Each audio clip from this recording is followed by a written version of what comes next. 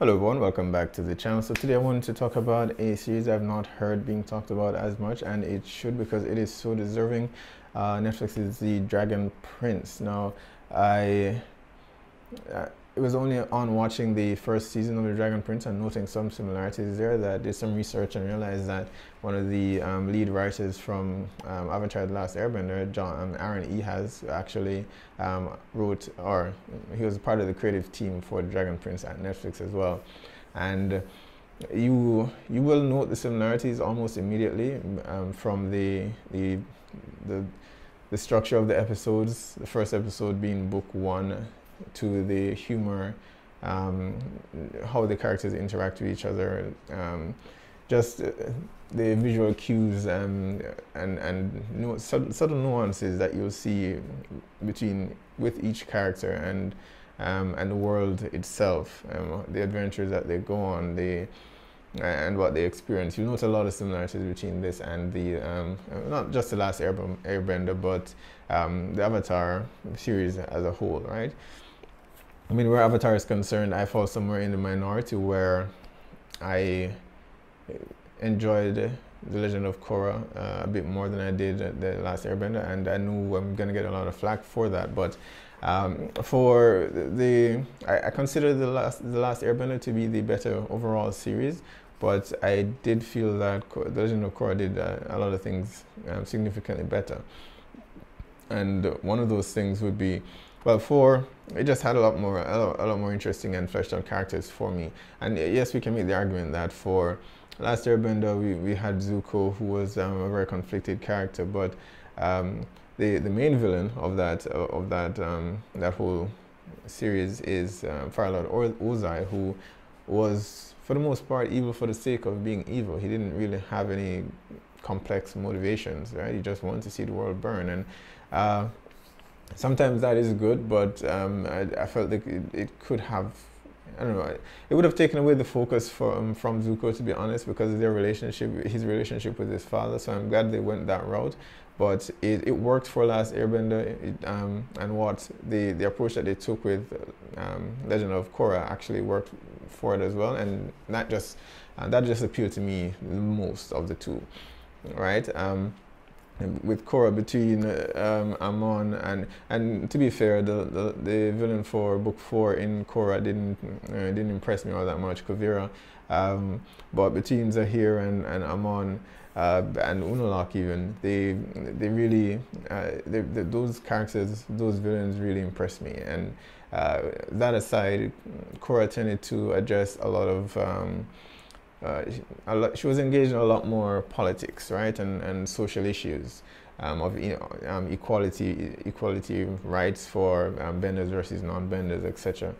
If you look back at Aang, from the very first book to the last, he had a clear roadmap of what he needed to do, right? He didn't. Of course, there were questions as to whether he felt he wanted to or needed to do it throughout, but he essentially knew what he needed to do. Okay, I need to learn this element, this element, this element. I need to learn or master all 4 elements, and then I need to take on the Fire Lord. He knew what he needed to do from the very first book.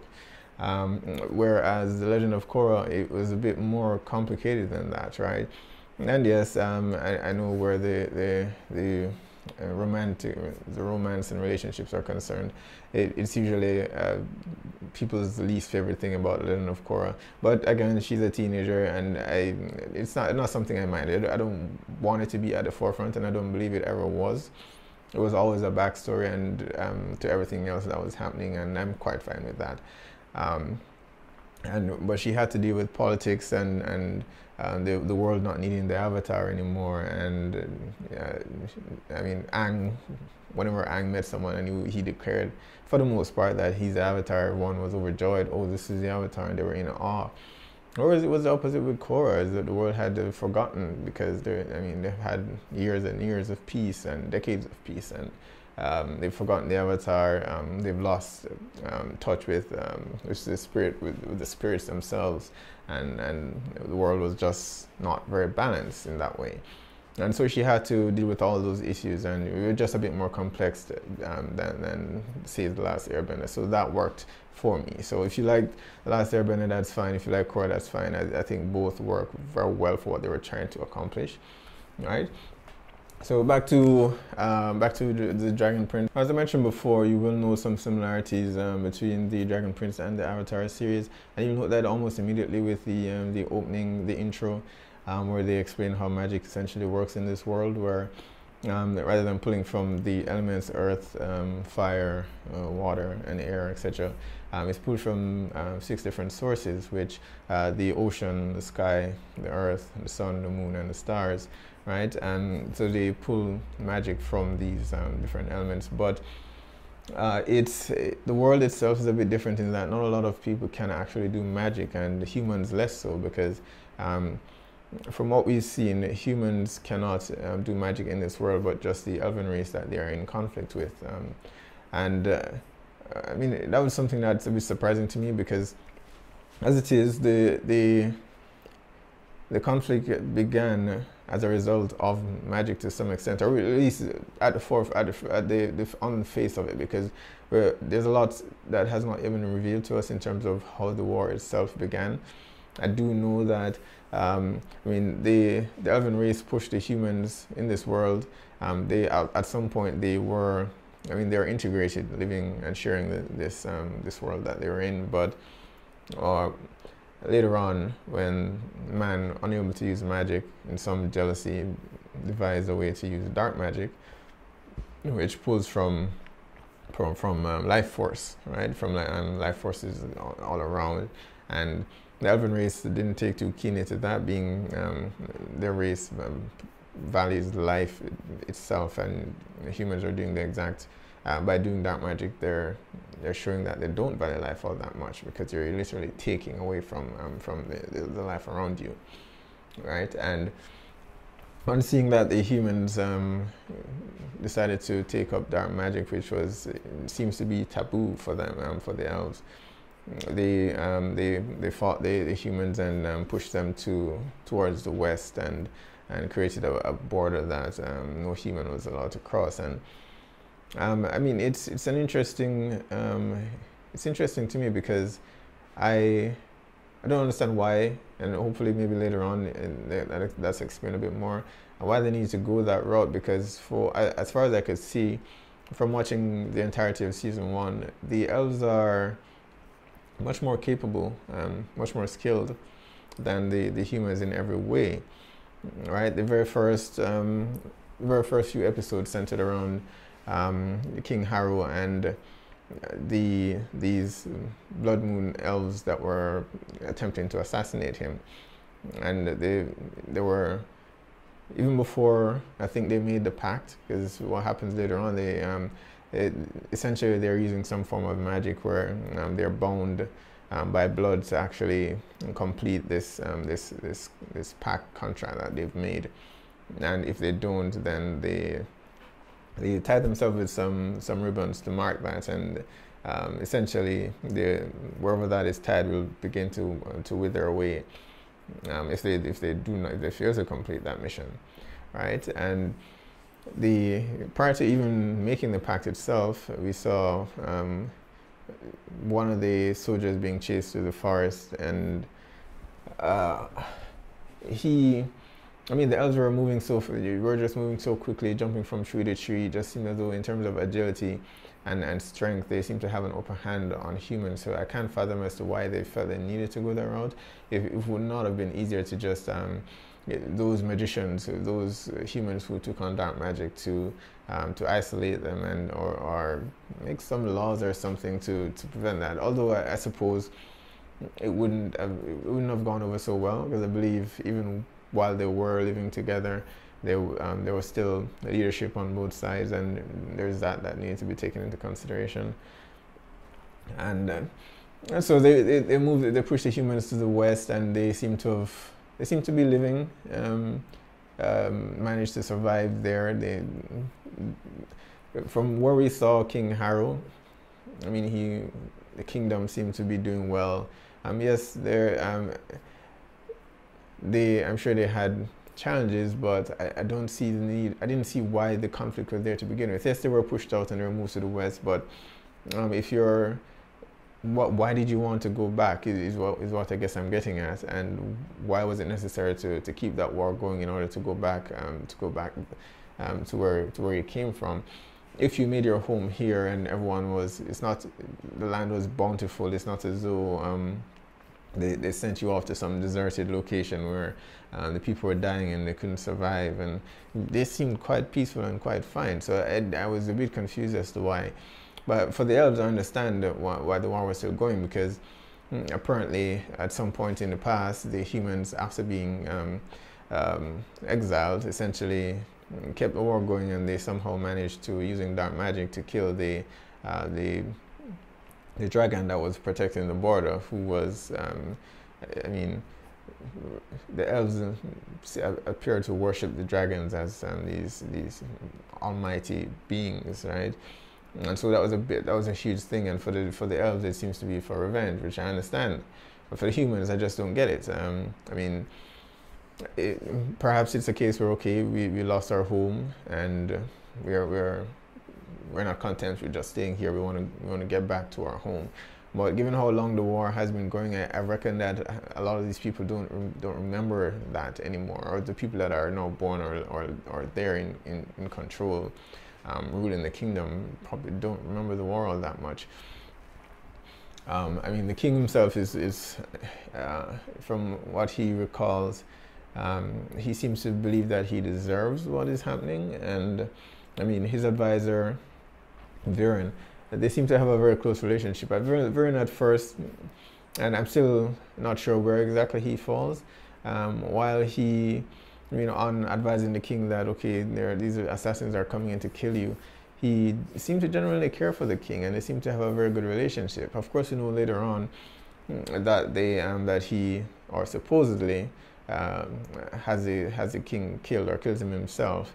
The assassins that came, one of them having a conscience, Rayla, decided on seeing the prince, because even though they were there for revenge, she obviously had a kind heart and didn't want to go through killing the two princes, Ezran and Callum, because, and it's funny, I mentioned this only because I realized it after watching. This is the first animated series that I've watched. I could be wrong, maybe there were others where you had some royalty, the king, prince, who was actually black, which, on the face of it, it seemed, well, just watching it, I didn't notice it, right? And I mean, at a certain point, I realized how important that was. But on watching it, I just saw the characters for the characters that they were, and it wasn't focused. I didn't notice it until much later on. I was like, wow, yeah, they were. But it's just good. It's just something I felt worth mentioning. But so it was good to see that one of the princes was actually adopted, because King Ezran himself is black, and his son with his wife is, but the eldest son, Callum, he adopted with his wife once he and his wife married. So he came in along with the marriage, and I mean, it's not one of those situations where he treats Callum any different than Ezran. He considers him his son just as much. Obviously, at the start, the relationship didn't go very well, and I don't think that goes well with anyone who gets a stepdad, no matter whether he's king or not. Right? So, and both of these characters who essentially becomes the focus later on, as they discover that, you know, while the humans killed the dragon who was at the border, they didn't destroy the dragon's egg as everyone assumed that they had, and they discovered this quite by accident, and actually escaping the assassin that came to kill their father. And they decided, all right, on hearing the turmoil that was happening when the assassins arrived, Callum made a decision to take his brother and run, and return the egg itself to the elves, and prove to them that, hey, I know we've done a lot of bad shit, but the egg is here. This is an offer for peace, and Well, they left, didn't not realizing that their father was dead, and I'm still wondering whether or not he is dead. While Viren himself is, again, as I said, he's done a lot of dark stuff. He seems to genuinely care for the king, and I wonder whether or not he has actually killed the king because we didn't see it on screen. And it could be argued that perhaps we didn't see it on screen because, I mean, they don't show, they don't really show a lot of blood and death in this. It's essentially not a mature show or anything like that. So they may have killed him and just not shown it off screen on screen. At the same time, I still felt as though they would have shown, at the very least, the king lying down or something to that effect, or some nod to say, okay, he killed him. But it was behind closed doors. There was a lot of chaos outside, and we just later on heard that the king is dead. And Viren himself, being a magician, a dark magician, Yu-Gi-Oh! Dark magician. Being a dark magician himself, he could have found some way to make it appear as though King Harrow was dead. And as I said, I do generally believe that they had a good friendship. Viren didn't essentially strike me as someone who was just trying to steal power for himself. Later on, he felt the need to acquire power to protect everyone, but I don't get the feeling that he's outright evil, right?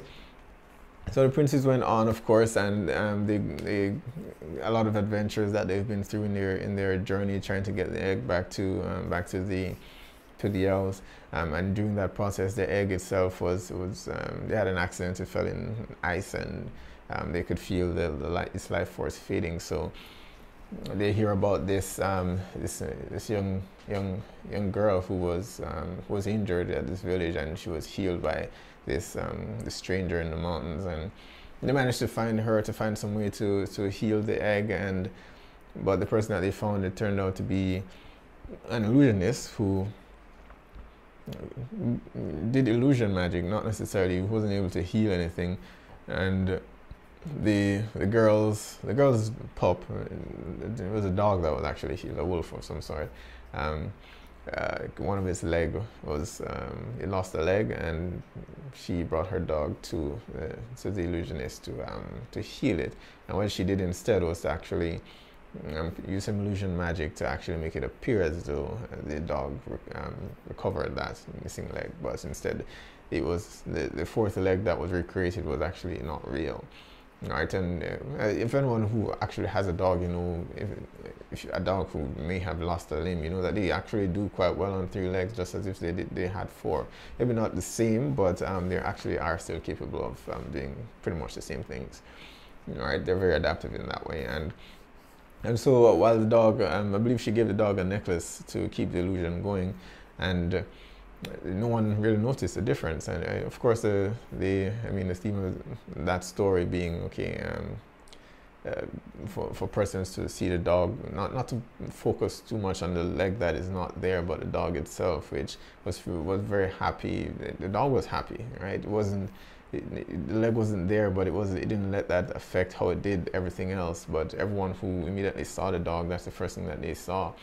And that happens a lot in real life too, where, okay, and it's something that I don't know, I don't do it because I just subconsciously maybe don't want to make people uncomfortable. So maybe I don't do it for a different reason. But oftentimes we meet persons who have some disability or something of that sort, and the first thing that we look at is the disability, which, I mean, you can imagine putting yourself in a person's shoes. You want persons to look at you, speak to you on the merit of your personality, and look beyond just the thing that's not there or it's not perfect, right?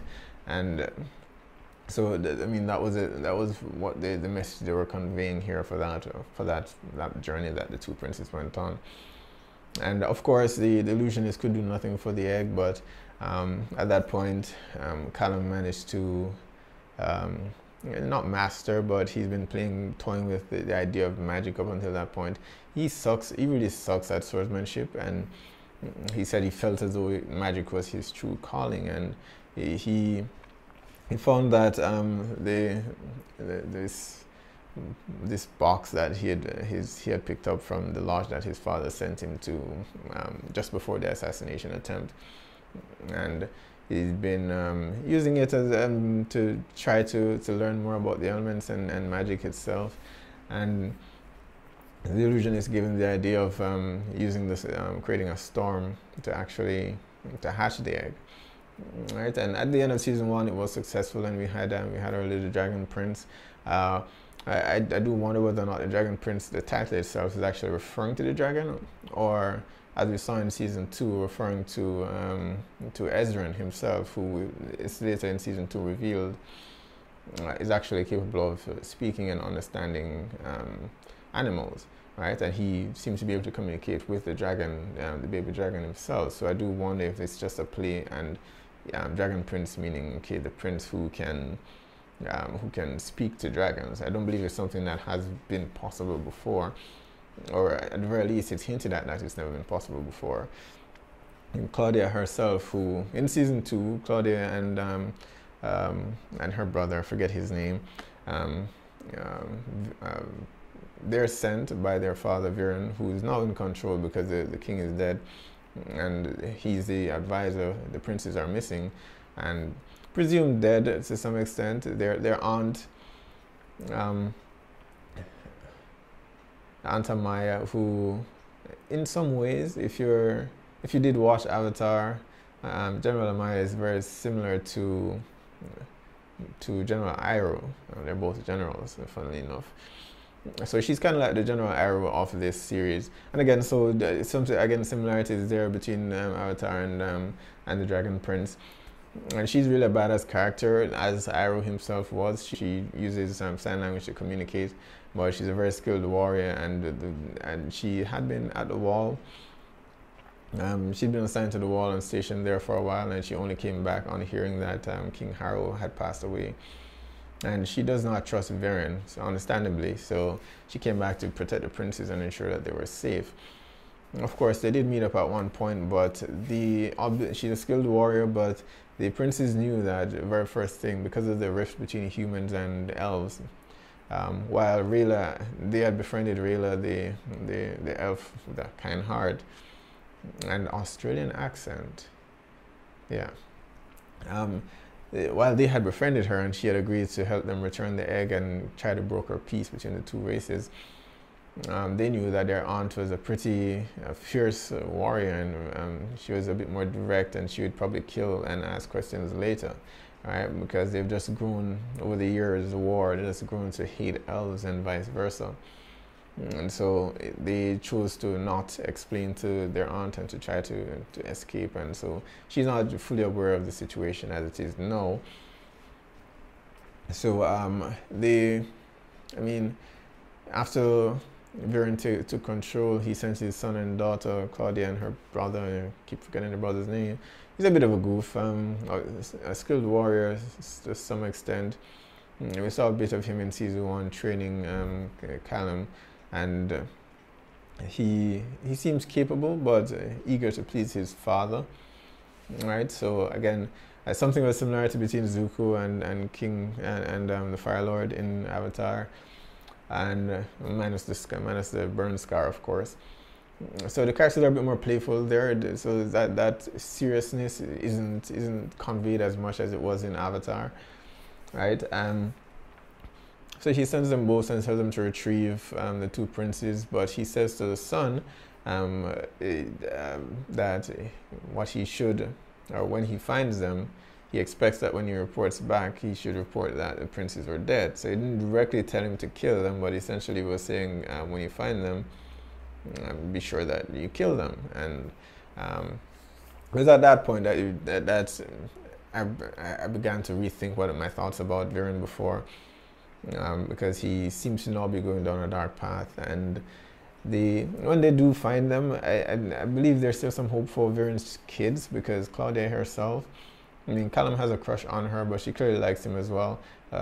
She's a bit older than he is, I'm just not sure how older, whether it's, yeah, because I'm sure he's a teenager, right? And I'm not sure how much older she is, but anyway, it's a cute romance, right? And she very much cares about Callum, so I don't believe, given a choice, she would kill him, even if she had to disobey her father. But at the same time, she is using dark magic, which seems, with the flip of a coin, can prompt persons to actually go down a very dark road, as her father appears to have, right? Her brother, on the other hand, doesn't really he doesn't really care. He just wants to do what his father asked him to do, and in his father's eyes, he's not exactly the leading man, and he very desperately wants to be that person for his father, right? So he seems willing to do everything, to do anything his father asks of him.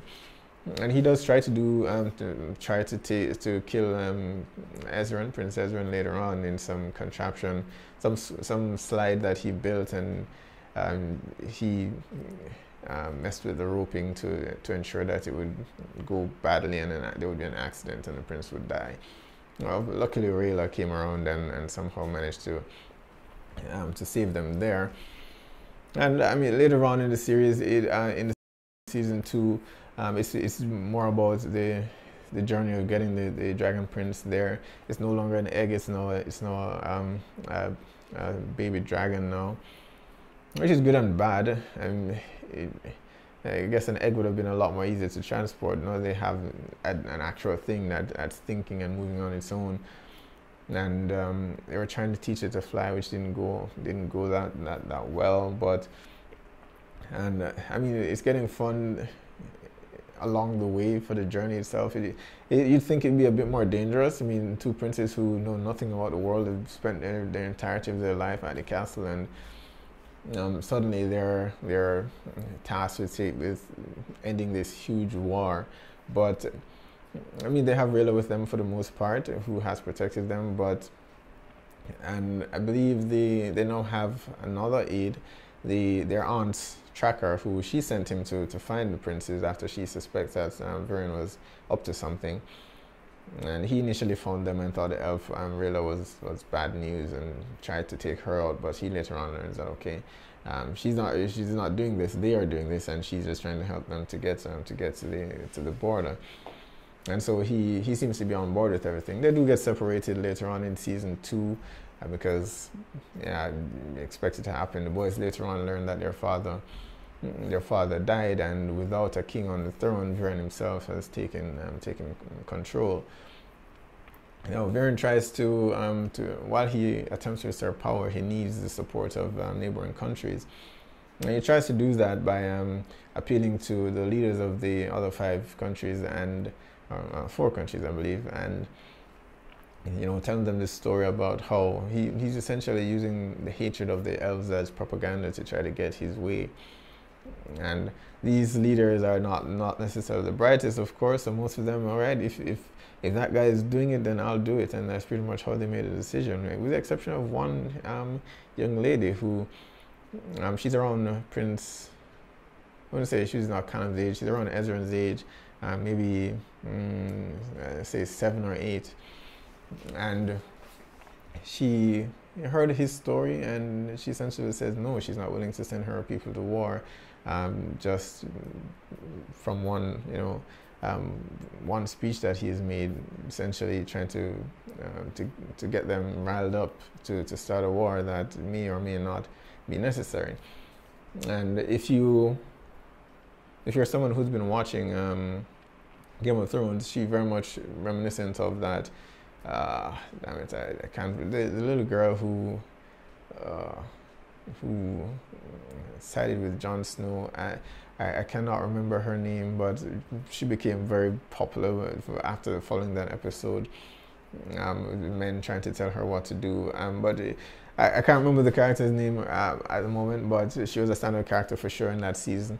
And this young lady was pretty much the same. In fact, the scenario was very similar as well, right? So she essentially tells him that no, I will not do it, and he attempts to manipulate her, of course, by reminding her that some years ago her parents came and asked for aid from King Harrow, and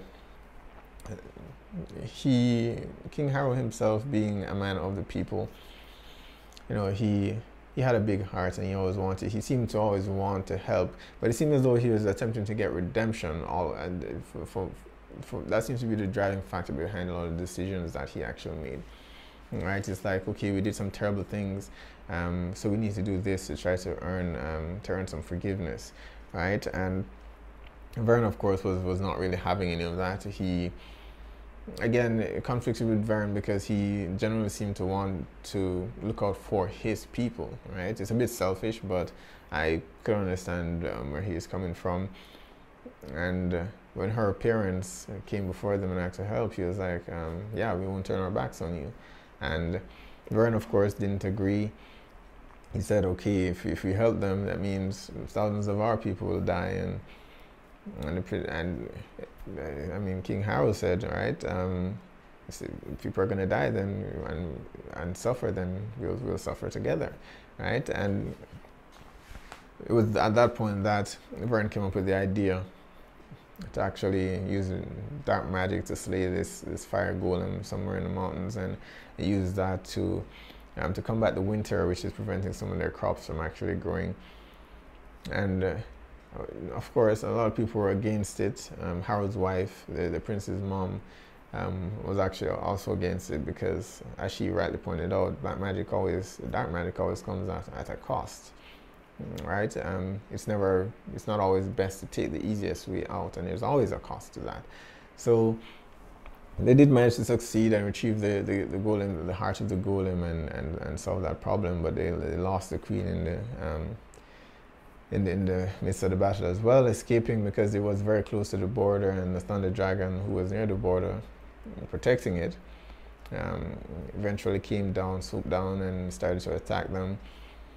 And she went back to help Varen, and she died in the process, right? So, I mean, he used that story to try to sway the young lady, the princess, and it's like, okay, your parents came, asked for our help, we lost our queen in the process helping her, so it's now time for you to help us. And luckily, she's actually a lot more intelligent than the other leaders in the room, and she was like, she knows what happened, she very much appreciates this, and she's grateful, but that's not enough for her to send her people to war, and rightly so. So a lot of interesting characters in the show, not just linear characters who and again, as I said before, Varen himself, I'm still hopeful for the character in some way, despite the dark stuff that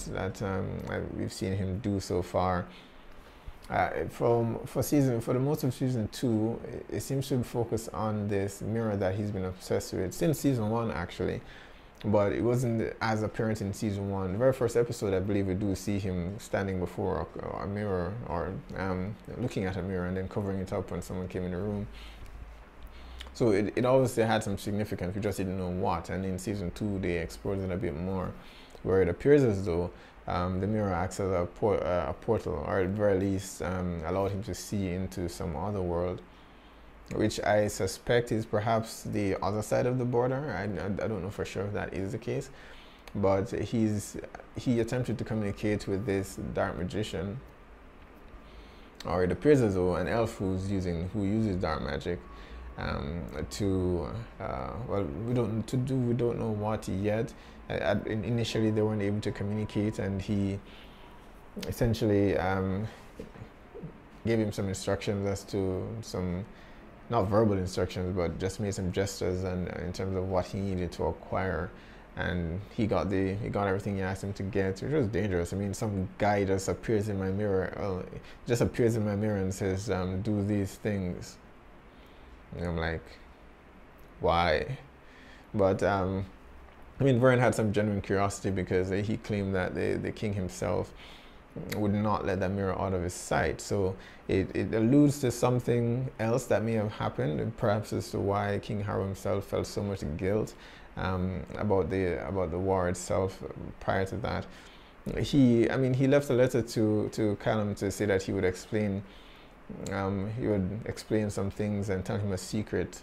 But then when we did read it, it wasn't really a secret. It was more a secret of a secret.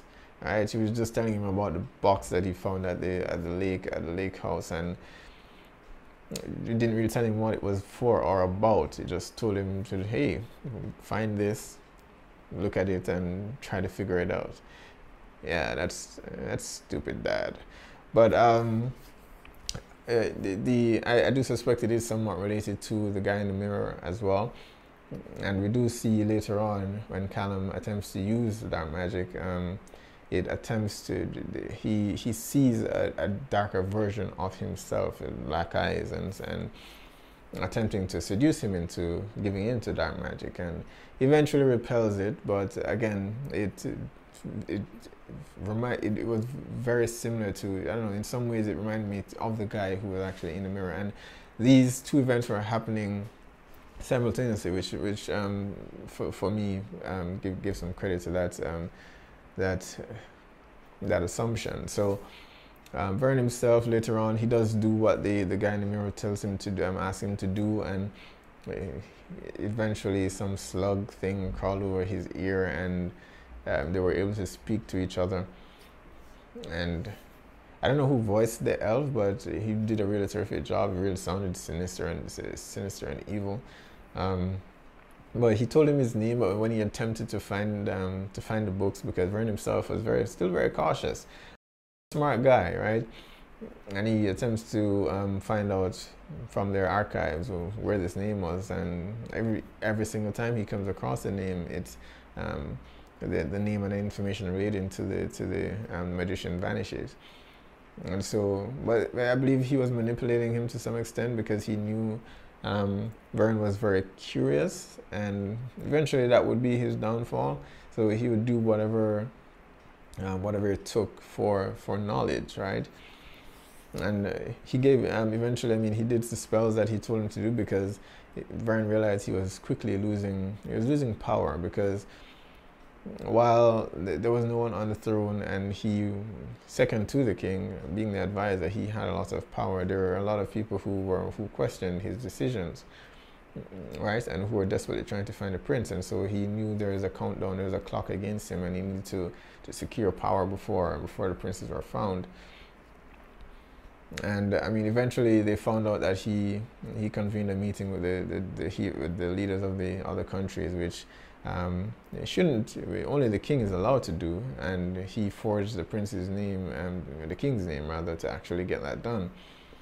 And so they were seeking him out to arrest him on charges, and he and this figure on the other side of the mirror who promised him power, he did deliver on that. It gave him some power, and he was able to quickly deal with some of the soldiers that had found him.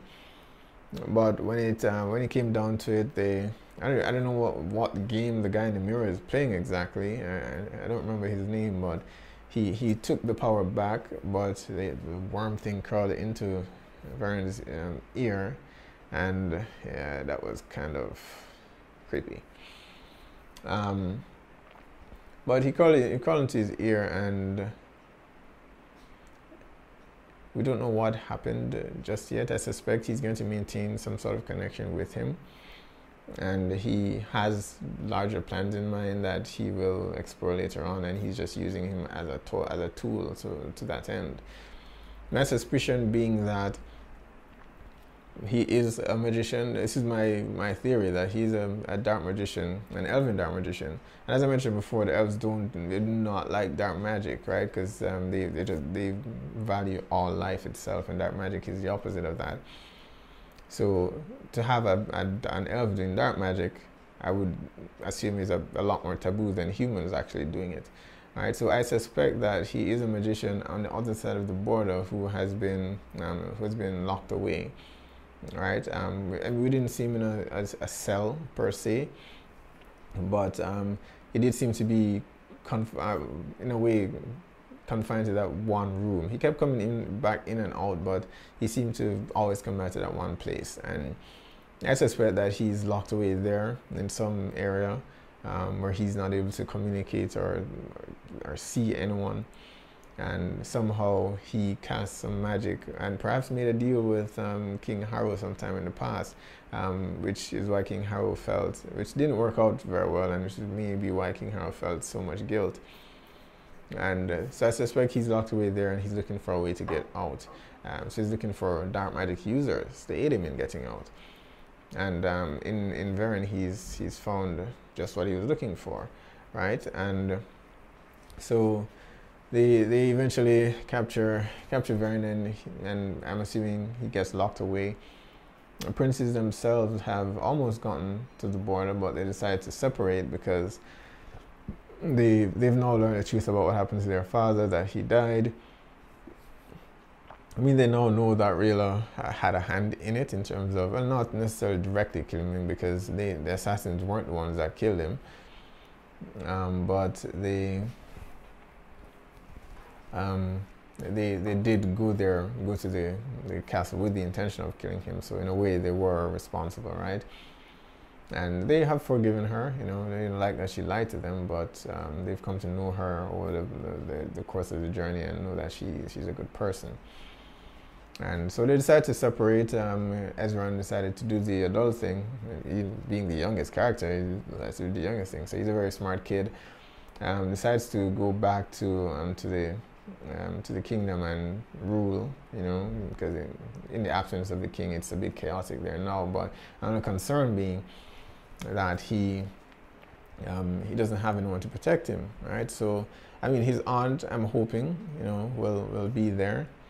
They did show that she's at the border. She's still at the border, which, now that I think about it, because the princes are heading there, but somehow she got there before they did, even though they left before she did. I guess they did take a lot of detour and finding illusionists and all that stuff, and they don't exactly have an army going through to take them there. So she had some scenes with some elves at the border, and she escaped. But it may be that the elves are going to cross the border into the humans, to where the humans are. But Ezran is heading back. Callum is heading with Rayla and the Dragon Prince to the border to try to put an end to the war. And he, at the very least, he has his aunt's tracker with him, right? So he should be all right. That remains to be seen when he actually gets to the kingdom itself. I mean, although Varen's in custody now, he's been captured. His son and his daughter are still there, and if they're still intending on carrying out their dad's wishes, he's not exactly safe, right? I mentioned Xadia before. She said that earlier on that she may not give in to her father's wishes, but later on we had an episode where her brother, they were attempting to slay a dragon who was flying over a town, and he was very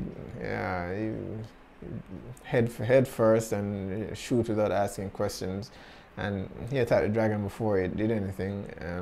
So the dragon attacked him, and he was injured, and he was paralyzed, right? And she made it clear that she was willing to do anything to protect him. So she, in a way, manipulated Ezran in getting this animal, in finding these animals, and then she used dark magic to steal their life force to heal her brother. So I wouldn't say Ezran is completely safe going back there, especially since he's young and he's a bit naive, and he trusts her so much, and he might end up regretting that. Because if she does get there, if she does get back home, and her father is about to be executed, or her father gives her an order, between the choice of saving her father and saving him, I don't believe that she's going to choose him over her father, right? She seemed, I don't know, I guess it's a matter of what her relationship is with her brother versus her relationship with her father. She seems to have a good relationship with both of them, oddly enough, given of what we know about Varen. But he, as I said before, he seems to have two faces in some instances, right? But he does seem to be good to his kids. He's a bit stern, but still good to them nonetheless. So Ezran is heading back. We can only hope that he does have enough people around him to protect him and advise him accordingly, and not try to manipulate him, because he's somewhat gullible, right? I mean, he has his, I can't believe I've gone through without mentioning Bait, his little pet, and again, similarities to Avatar Last Airbender, or the Avatar series on a whole. There's always some unique creatures, along with our protagonists, who you just grow to love over time. And yeah, the dragon prince, the prince, the dragon himself, the baby dragon himself came on later on, but for the most part of season 1 and 2, Bait has been the one that has been, getting all our love. Bait himself, I don't know, he's not a unique creature, similar to those in Airbender, Momo and Appa and those creatures. He's not a unique creature, or the idea that they gave us is that he's just this, and as his name suggests, bait, and they named him Bait because they use those creatures to fish and to catch bigger fish, right? And so he's not really a unique creature. It's just a normal creature, a normal creature they found somewhere in the wild, and they grew to love him, and they took him in and took care of him. And he's not anything special, so no, he can't fly or anything like that. He just changes color based on his mood, right? So he turns red when he's angry and stuff like that. So, but he's a really interesting character because sometimes you forget that he's there, but a lot of times he's used to convey how everyone in the room is feeling, or convey a mood, right?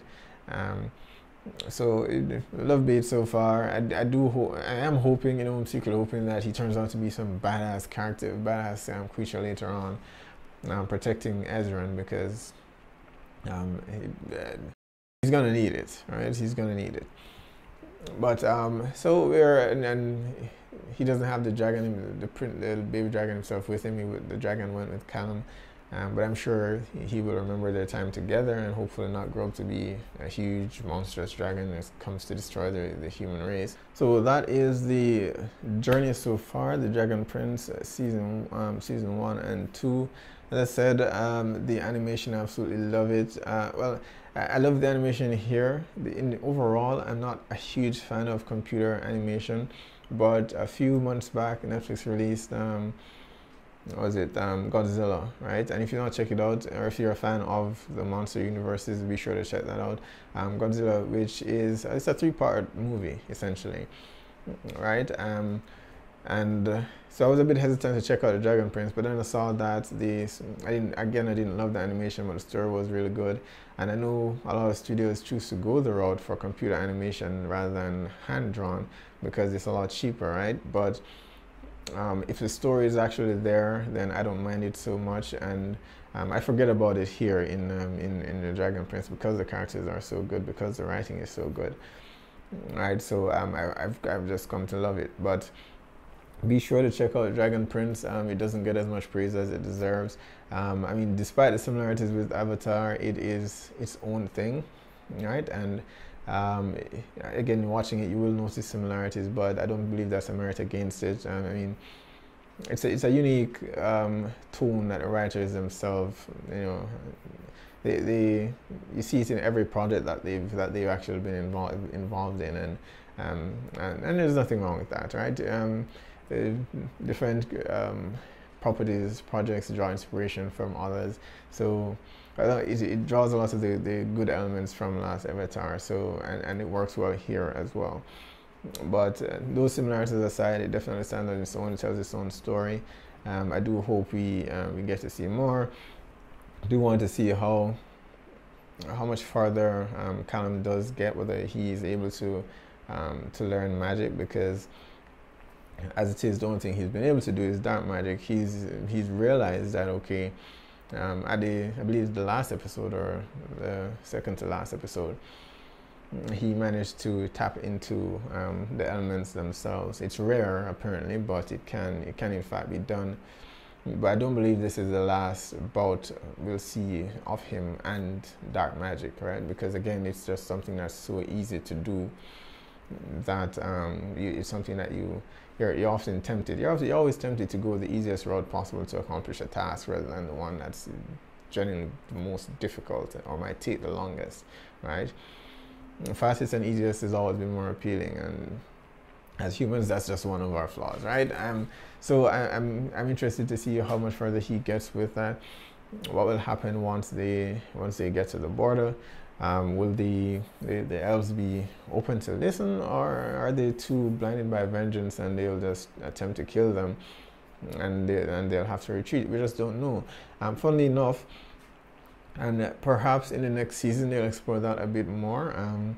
in season 1 and 2, for the most part, we've been focusing on the humans, but we've not seen anything of the elves. We've seen elves, of course, and we have Rayla, and here and there we come across elves in flashbacks or battles that are taking place, but we've not seen the world, right? And Rayla herself describes it as this beautiful place, but we've not seen that beautiful place. Kind of like watching Iron Fist and never seeing this beautiful place, this Kung Lao that he kept talking about for 2 seasons, and Kung Lao ends up being destroyed, and we do not get to see what it looks like.